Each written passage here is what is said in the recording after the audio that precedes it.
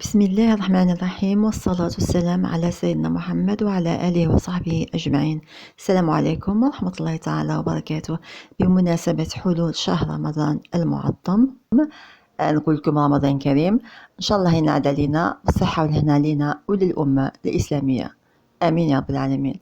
اليوم جبت لكم وصفة الديول بطريقة سهلة ورائعة جدا، أي وحدة ديرها ممكن تنجح فيها. نروح للوصفة مباشرة. عندنا 2 أكواب من السميد يكون رقيق، كوب من الماء، ملعقة صغيرة من الملح. نخلطوا هذا السميد والماء حتى تحصلوا على عجينة طرية.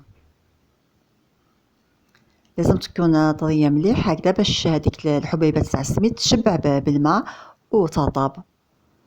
نديروها ترتاح لمدة كافية، حتى الوقت ديالها ممكن تخليها ساعة أو أقل. ومن بعد ما ترتاح نجيبو 2 أكواب من الماء ونبداو نطلقو في العجينة هذه. هي في نفس الوقت ريحة تتعجن، مي منعجنوهاش بزاف لأن حنا ما نحبوش نديرو لها العلك. لازم تكون عجينة سهلة باش ما ديرناش هذيك الكتل وما ديرناش هذيك الخيوط، وتجينا سهلة باش نطلقوها في مدة قصيرة. هذه الوصفة أنا جربتها، يعني لا كيما جربتها ونجحت معايا، هكذا حبيت نشارككم فيها باش تنحى لكم خلاص مشكلة الديول. هي وصفة يعني أكثر من رائعة، رايحين تشوفوها بنفسكم. نبقاو نزيدو في الماء، أنا درت 2 أكواب كاملين حتى نتحصلوا على عجينة سائلة ما فيهاش الكتل وما فيهاش الخيوط.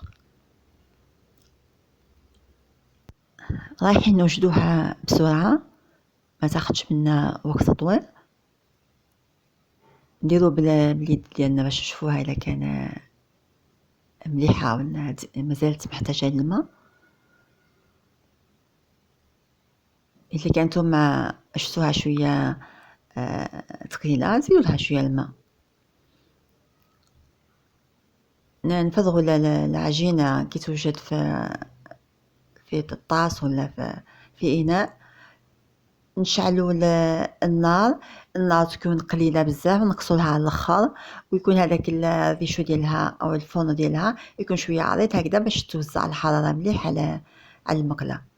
ما تكونش، ما نديروهاش في الكانون اللي صغير، نديروها في اللي كبير، لكن نقصوا النار خلاص.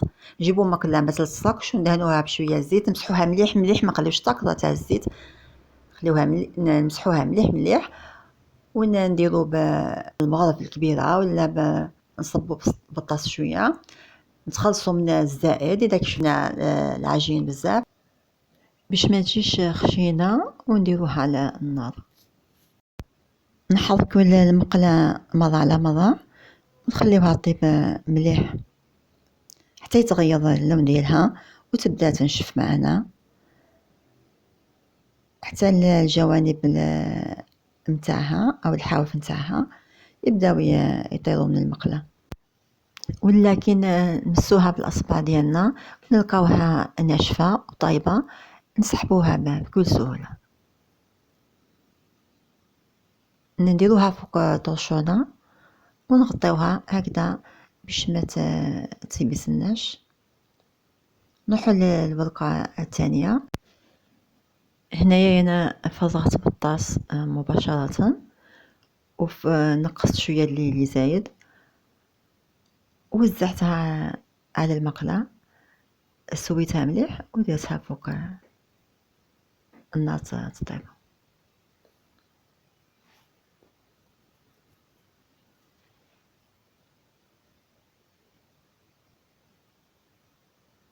ما راحش تيبس معنا، راح طيب مليح.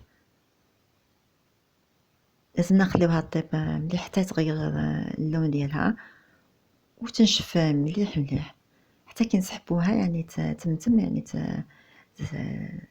تتنحى من المقله. كما راكم تشوفوا البرقة رقيقة بزاف وشفافة.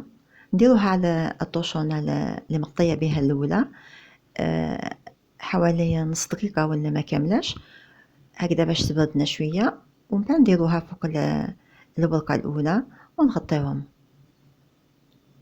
إلا كان البرقة جاتكم شوية يابسة يعني بستلكم في المقلة، ديروها مباشرة فوق الورقة الأولى وغطيوها، ما تضغطوش عليها هكذا باش ما تكسر لكمش. غطيوها حتى تطرى، من بعد راح تطرى مليح.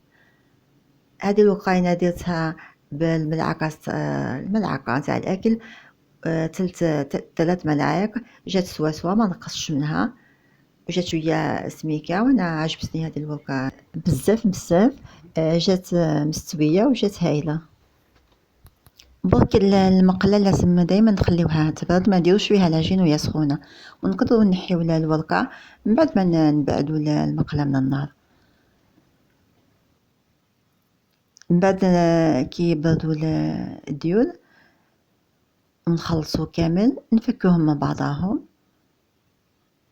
ونديروا وحده فوق وحده. نديروا الجهه دائما الملسه على الجهه اللي تكون حرشه هكذا باش ما يلصقوناش. الله يبارك، جات كميه لاباس بها، حتى كي جاو رقاقين وشفافين، وحتى كي نكمشوهم ما راحش يتقطعوا، ما راح يصرى فيهم والو. نروحو نجربوا الديول هادو. انا وجدت هذا الحشو البسيط باش نجربوه مع بعض.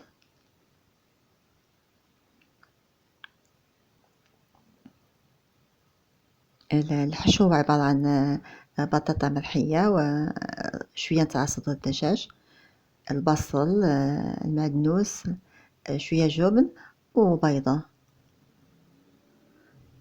حشو اقتصادي، ونقليوهم ونقدروا نديروهم في الفرن ويجيو هايلين خلاف. بعد نجربوهم ان شاء الله مع بعض في الفرن. هادو هما الديول ديالنا، جاو ما شاء الله مقرمشين وبنانين بزاف وما كيشربوش الزيت. نتمنى هاد الوصفه تكون عجبتكم. الا عجبتكم ما تنساونيش باللايك، اشتركوا في القناه وفعلوا الجرس باش يوصلكم كل جديد. دمتم بخير، السلام عليكم ورحمه الله تعالى وبركاته.